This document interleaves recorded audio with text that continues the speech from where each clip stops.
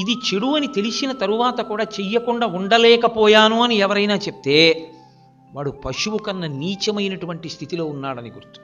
సమస్త శాస్త్రముల యొక్క ప్రయోజనం వాటిని చదువుకుని మీ బుద్ధిని మార్చుకోమని. ఋషుల యొక్క వాంగ్మయం అంతటికీ ఫలితం మీరు విని మీ బుద్ధి మార్చుకోమని. అలా మార్చుకోవడానికి సిద్ధంగా ఉండకపోవడం అత్యంత ప్రమాదకరమైన విషయం. ఈ మాట ఇక్కడితో పోతుందని మీరు అనుకుంటున్నారేమో. మీ మనశ్శాంతిని, మీ చుట్టూ ఉన్న వాళ్ళ మనశ్శాంతిని, మీ క్రింద పనిచేసే వాళ్ళ మనశ్శాంతిని, మీ దగ్గర పనిచేయడానికి వచ్చే వాళ్ళ మనశ్శాంతిని రేపు ఇదే నిర్ణయిస్తుంది.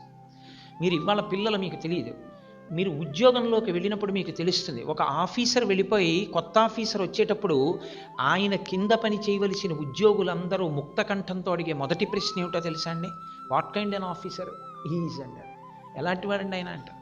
బోయ్ is a quick and chivalrous man. చాలా కోపడతాడండి, ప్రథమ కోపి, చాలా కోపం, ఫైల్ విసిరి పారేస్తాడు అంతే. ఎంత కోపం అన్నారనుకోండి. అసలు మొదటి విషయం ఏమిటంటే లోపలికి వెళ్ళి ఛాంబర్లోకి వెళ్ళి మాట్లాడడానికి సగం చచ్చిపోతారు ఉద్యోగస్తులు. ఎందుచేత అంటే కమ్యూనికేషన్ స్కిల్స్ అనేటటువంటివి అందరి యందు ఒక్కలా ఉండవు. అన్నీ తెలిసి ఉంటారు, కానీ భూపసభాంతరాళమున పుష్కళ వాక్చతురత్వము కొంతమంది యొక్క అదృష్టం. అందరూ అలా మాట్లాడి చెప్పడం కుదరదు. ఆఫీస్లోనైనా ఫైల్ బాగా రాసిన వాడు ఆఫీసర్ గారి దగ్గరికి వెళ్ళి ఇలా ఎందుకు రాశావు అంటే నేను ఇందుకు రాశానండి అని చెప్పలేడు.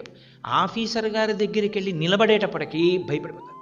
భయపడిపోయి అక్కడే ఉంటుంది ఆ పేపర్, అతను రోజు ఫైల్ చేసిందే. కంగారు పడిపోయి ఆ కాగితాలు ఇలా ఇలా ఇలా తిప్పేసి ఇంతలో కాగితం జారిపోతుంది. ఏమిటా ఈ ఫైలింగ్ అంటాడు.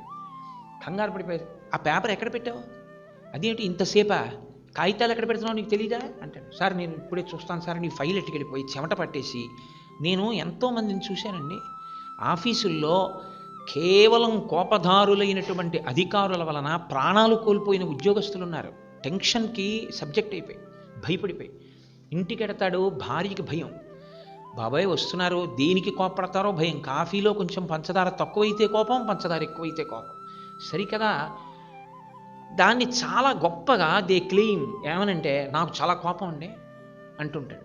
అది ఒక పశువు చెప్పుకోవాల్సిన మాట. ఒక పులి నాకు వ్యగ్రత తప్ప ఇంకొకటి రాదు అని ఎలా బతుకుతుందో, ఓ కుక్క నాకు వెంటపడ్డం తప్ప ఇంకోటి రాదు అని ఎలా అంటుందో, చీకట్లో ఎలకని వేటాడడం తప్ప నాకు ఇంకోటి రాదని పిల్లి ఎలా భావిస్తుందో, నాకు కోపంగా ఉండడం తప్ప ఇంకోటి రాదనుకోవడం అంత భయంకరమైన స్థితి.